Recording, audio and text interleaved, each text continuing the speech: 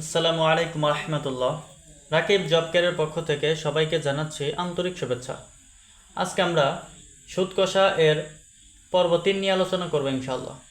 এই পর্বে আমরা বিসিএসে সুদ কষা থেকে এসেছে এরকম দুটি প্রশ্ন আপনাদের সামনে উপস্থাপন করব ইনশাআল্লাহ। দেখেন, এখানে প্রথম প্রশ্নে বলা হয়েছে 500 টাকার 4 বছরের সুদ এবং 600 টাকার 5 বছরের সুদ একত্রে 500 টাকা। 500 টাকার 4 বছরের সুদ এবং 600 টাকার 5 বছরের সুদ একত্রে 500 টাকা হলে সুদের হার কত? সুদের হার কত, তার মানে একত্রে সুদের হার কত? এইখানে আমরা যদি লিখি যে প্রথম ক্ষেত্রে সুদ এবং এখানে লিখব দ্বিতীয় ক্ষেত্রে সুদ।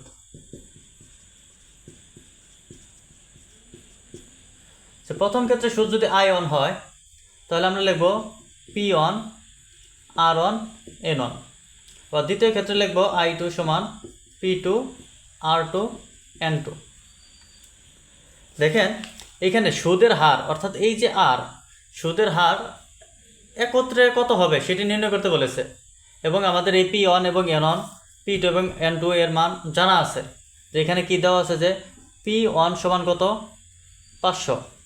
দেখেন, P1 দেওয়া আছে কত 500, N1 দেওয়া আছে কত 4 বছর এবং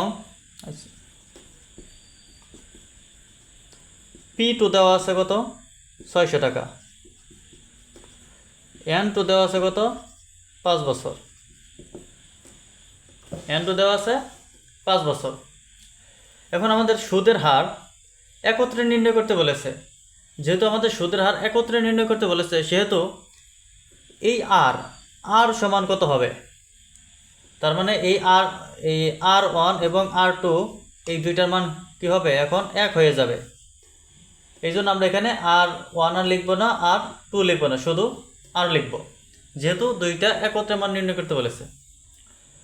এখন এইখানে যদি আমরা মানগুলো যদি বসাই যে 500 গুণন R ইন্টু N1 এর মান হচ্ছে 4, তাহলে কত আসবে 2000 R।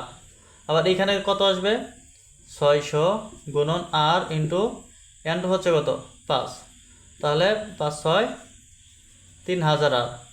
এখন বলেছে যে এই যে দুইটা সুদ 500 টাকার 4 বছরের সুদ এবং 600 টাকার 5 বছরের সুদ একত্রে কত 500 টাকা। এটি হচ্ছে কি প্রথম ক্ষেত্রে সুদ, এটি হচ্ছে কি দ্বিতীয় ক্ষেত্রে সুদ। এখন একত্রে দুইটা সুদ কত 500 টাকা। তাহলে আমরা লিখতে পারবো যে শর্ত মতে I1 প্লাস I2 সমান কত 500 টাকা। তাহলে বা এখানে I1 পেয়েছি কত আমরা 2000 R যোগ I2 পেয়েছি কত 3000 R সমান 500 টাকা। তাহলে 2000 আর 3000 কত 5000 R সমান কত 500। বা এইখান থেকে যদি আমরা R এর মান বের করতে চাই তাহলে আমরা লিখব 500 ভাগ 5000। তাহলে এখানে থাকবে কত 1/10। আর এর মান হচ্ছে কি 1/10। এখন আমরা লিখব যে সুতরাং আর সমান, এটিকে আমাদের পার্সেন্টেজে প্রকাশ করতে হবে। তাহলে 1/10 হচ্ছে কি আর এর মান। এর সাথে যখন আমরা 100 গুণ করব, 100 যখন গুণ করব তখন এই আর এর মানটা কি পার্সেন্টেজে চলে আসবে। তাহলে এখানে যদি আমরা কাটাকাটি করি তাহলে কত আসবে 10%। তার মানে এইখানে সুদের হার কত 10%। এটি কিন্তু একত্রে টোটাল যে মূলধন প্রথম ক্ষেত্রে এবং দ্বিতীয় ক্ষেত্রে এই দুইটি ক্ষেত্রে একত্রে সুদের হার কত আসতেছে 10%। দুটি ক্ষেত্রে একত্রে সুদের হার কত আসতেছে 10%। দেখেন, এইখানে এই 10% আমাদের ক নাম্বারে দেওয়া রয়েছে। এর পরবর্তী প্রশ্নটি হচ্ছে 10% মুনাফায় 3000 টাকা এবং 8% মুনাফায় 2000 টাকা বিনিয়োগ করলে মোট মূলধনের উপর গড়ে শতকরা কত হারে মুনাফা পাওয়া যাবে? মোট মূলধনের উপর গড়ে শতকরা কত হারে মুনাফা পাওয়া যাবে? এখানে কি বলেছে 10% মুনাফায় 3000 টাকা, 10% মুনাফায় 3000 টাকা এবং 8% মুনাফায় 2000 টাকা। দেখেন, এটি আমরা কিভাবে করব? এখানে প্রথম ক্ষেত্রে মুনাফা প্রথম ক্ষেত্রে মুনাফা কত হবে দেখেন, এখানে কি কি দেওয়া আছে, মুনাফার হার দেওয়া আছে, R1 সমান দেওয়া আছে কত 10%, R1 দেওয়া আছে কত 10%, এটাকে আমরা লিখতে পারবো 10/100। এবং এখানে মূলধন P1 দেওয়া আছে কত 3000 টাকা। I1 এর মান দেওয়া নাই, এখানে আমরা I1 এর মান বের করব। যে প্রথম ক্ষেত্রে মুনাফা যদি I1 হয় তাহলে I1 সমান কত P1 R1 N1। দেখেন এইখানে N এর মান কিন্তু সবসময় অন হবে, কারণ আমরা 1 বছরের হিসাব করব। তাহলে এইখানে P1 হচ্ছে কত 3000 এবং R1 হচ্ছে কত 10/100, N এর মান 1। তাহলে এইখানে আমরা যদি একটু কাটাকাটি করি তাহলে কত আসবে 300 টাকা। তার মানে প্রথম ক্ষেত্রে মুনাফা কত 300 টাকা। এখন দ্বিতীয় ক্ষেত্রে মুনাফা কত, দ্বিতীয় ক্ষেত্রে মুনাফা যদি I2 হয় তাহলে আমরা লিখব P2 R2 N2। এইখানে P2 দেওয়া আছে কত 2000 এবং R2 দেওয়া আছে কত 8%, 8%কে আমরা লিখতে পারবো 8/100 এবং N2 সমান কি আমরা 1 বছর ধরব। আমরা উভয় ক্ষেত্রে কি 1 বছরের হিসাবটা করব এখানে। এখন এইখানে P2 কত 2000 গুণন R2 হচ্ছে 8/100 এবং N এর মান 1। এখন এখানে যদি আমরা একটু হিসাব করি তাহলে কত আসবে, এই দুইটা শূন্য এখানকার দুইটা শূন্য কাটা 20 এবং 8 যদি গুণ করি কত আসবে 160 টাকা। তার মানে প্রথম ক্ষেত্রে সুদ পেলাম কত আমরা 300 টাকা, দ্বিতীয় ক্ষেত্রে সুদ পেলাম কত 160 টাকা। আমাদের এখানে প্রশ্নে বলেছে মোট মূলধনের উপর গড়ে, মোট মূলধনের উপর দেখেন গড়ে কথাটা বলা আছে, গড়ে শতকরা কত মুনাফা আসবে। এখন এইখানে আমরা যদি লিখি যে মোট মুনাফা, মোট মুনাফা কত হবে যে I1 যোগ I2, মানে মোট মুনাফা যদি I হয় শুধু I হয়, মোট মুনাফা যদি শুধু I হয় তাহলে I সমান কত I1 যোগ I2। এখন I1 হচ্ছে কত 300 যোগ I2 হচ্ছে 160, টোটাল আসতেছে কত 460। মোট মুনাফা হচ্ছে কত 460। তাহলে মোট মূলধন কত হবে,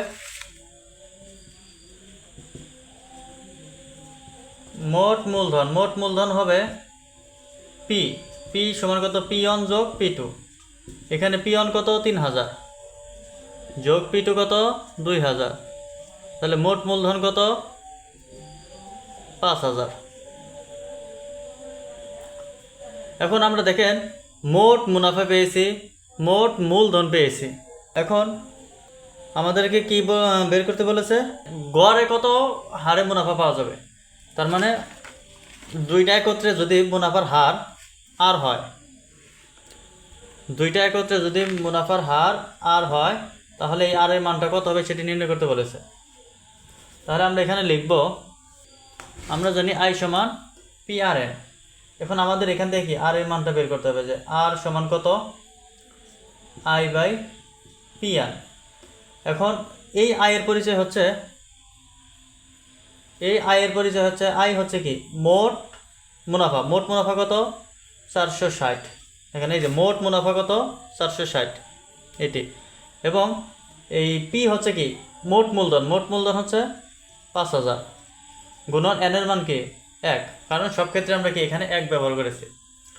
এইটি যদি আমরা একটু হিসাব করি তাহলে কত আসবে দেখেন, একটি শূন্য কাটা, এবং এখানে আমরা একটু যদি 2 দ্বারা কাটাকাটি করে কমাই, এখানে 2 দ্বারা করলে 250 আর এইখানে হবে কত 23। আমরা যদি 23কে 250 দ্বারা যদি ভাগ করি, 23কে যদি 250 দ্বারা ভাগ করি তাহলে কত আসবে দেখেন, 250 23-এর মধ্যে যায় না, তার মানে 0। তাহলে 0 দ্বারা এটা গুণ করলে 0 আসবে, এখানে আসবে কি 23, একটা দশমিক নেব একটা 0। এখানে এই 250 230-এর মধ্যেও যায় না, তাহলে নেব কত 0। এখন 0 দ্বারা এটা গুণ করলে 0 হবে, এখানে কি 230 হবে। এখন আমরা আরেকটি শূন্য নেব। এখন 250 23-এর মধ্যে কতবার যায় দেখেন, 1000-এর মধ্যে যায় কয়বার, 1000-এর মধ্যে যায় 4 বার, 2000-এর মধ্যে যায় 8 বার, আর 300-এর মধ্যে যায় 1 বার। তার মানে টোটাল যায় কয়বার, 9 বার। টোটাল যায় 9 বার। এখন 9 দ্বারা যদি এটিকে আমরা যদি গুণ করি তাহলে কত আসবে, 2250। তাহলে এখানে আমাদের টোটাল থাকতেছে কত, 0 5 50। আবার একটা শূন্য নিব। এখন এখানে কয়বার যায়, 2 বার। তার মানে 2 দ্বারা গুণ করলে 500, এখানে শূন্য আসবে। তার মানে আমাদের এই আর এর মান আসতেছে কত, 0.092, 0.092, বা আর সমান কত আসতেছে, 0.092। এখন এটাকে আমরা লিখবো যে সুতরাং আর সমান 0.092 গুণন 100। 100 দ্বারা গুণ করব, কারণ 100 দ্বারা গুণ করলে আমাদের পার্সেন্টেজে চলে আসবে। এখন এইখানে যদি আমরা 100 দ্বারা গুণ করি তাহলে কত আসবে দেখেন। এখন যদি আমরা এই 100 দ্বারা যদি এই 0.092কে যদি গুণ করি তাহলে কি হবে, এই দশমিকটা 2 ঘর ডান দিকে সরে আসবে। এই 100কে আমরা লিখতে পারবো কি 10 স্কোয়ার। তার মানে কি এখানে 2, তাহলে এই দশমিকটা বাম দিকে কি ডান দিকে 2 ঘর সরে আসবে। এখান থেকে যদি এখানে আসে তাহলে কত আসবে, 9.2। তাহলে এই আর এর মান হচ্ছে কত, 9.2%। দেখেন এই 9.2 আমাদের খ নাম্বারে দেওয়া রয়েছে। তো এই ছিল আমাদের এই পর্বের আয়োজন। এর পরবর্তী পর্ব দেখার আমন্ত্রণ জানিয়ে এখানে শেষ করছি। আসসালামু আলাইকুম রহমতুল্লাহ।